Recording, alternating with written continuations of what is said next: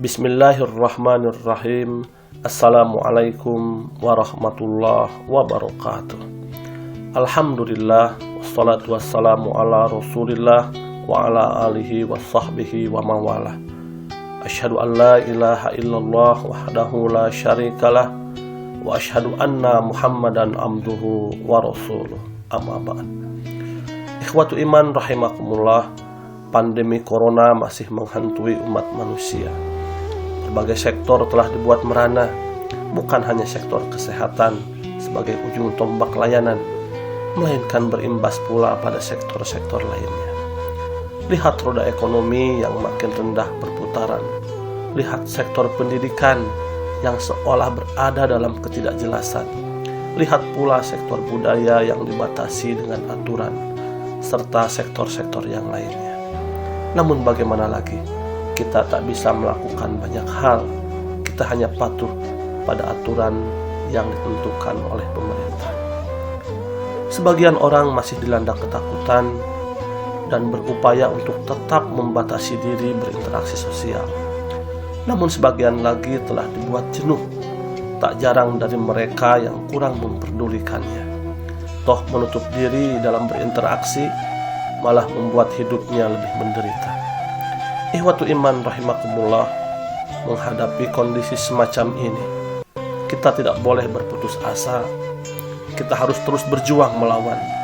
Selain itu, ada satu hal penting yang harus kita perhatikan. Dia ialah pola dan gaya hidup. Bagi orang-orang yang Allah Subhanahu wa Ta'ala berikan kelapangan rezeki, tentu harus meningkatkan rasa syukur serta pandai dalam merasakan penderitaan orang lain. Jangan memalingkan pandangan karena angkuh, berlaku sombong, menceritakan atau memamer-mamerkan harta yang dimiliki di antara orang-orang yang kesusahan, melainkan harus berupaya untuk peduli dan mau untuk berbagi. Allah Subhanahu wa Ta'ala mengingatkan kita, A'udzubillahi minasyaitonirrajim, wala tusair khaddaka linnas wala tamsi fil ardi marha innallaha la yuhibbu kulla mukhtalin fakhur. Dan janganlah kamu memalingkan mukamu dari manusia karena sombong, dan janganlah kamu berjalan di muka bumi dengan angkuh. Sesungguhnya Allah tidak menyukai orang-orang yang sombong lagi membanggakan diri. Selanjutnya Rasulullah SAW berpesan, As-sa'i alar armalah wal miskin kal mujahid fi sabilillah aw kalladzi yasumun nahar wa yakumul lail. Orang-orang yang membantu para janda dan orang-orang miskin, pahalanya seperti orang-orang yang berjihad di jalan Allah, atau seperti orang yang selalu berpuasa siang harinya dan selalu sholat pada malam harinya. Sebaliknya, bagi orang-orang yang oleh Allah Subhanahu wa Ta'ala diuji dengan kekurangan, tentu harus tetap bersyukur serta berusaha meningkatkan usaha. Yang lebih penting lagi ialah mengatur pola hidup. Tundukkan pandangan. Jangan melihat keberadaan orang-orang yang secara finansial di atasnya, karena dengan itu dikhawatirkan malah membuat kita kurang rasa syukur. Lihatlah orang-orang yang jauh di bawah kita. Dengan demikian, kita akan senantiasa bersyukur kepada Allah Subhanahu wa Ta'ala. Cek babasaan Sunda nama dina kaayaan model kieu poma ulah loba teuing kahayang, kudu ngukur kana kujur, nimbang kana awak. Dalam artian harus mengukur pada kemampuan diri.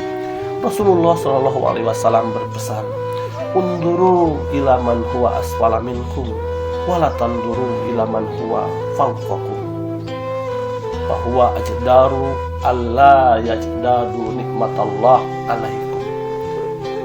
Lihatlah orang-orang yang berada di bawahmu dan janganlah melihat orang yang berada di atasmu, karena yang demikian itu lebih patut agar kalian tidak meremehkan nikmat dari Allah Subhanahu wa Ta'ala yang telah diberikan kepada engkau.